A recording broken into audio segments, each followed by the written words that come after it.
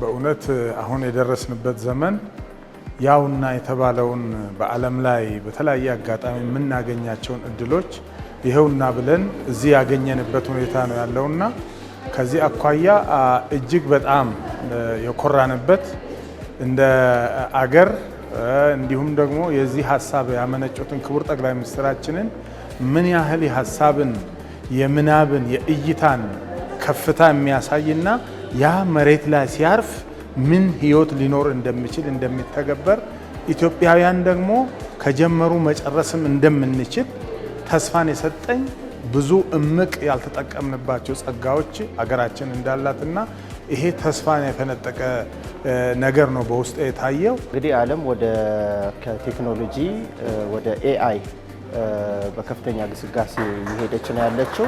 ኤአይ አይቀሬ ሆኖ በመላው ዓለም ላይ በስፋት ተግባራዊ እየተደረገ ጥቅም ላይ እየዋለ ነው ያለው።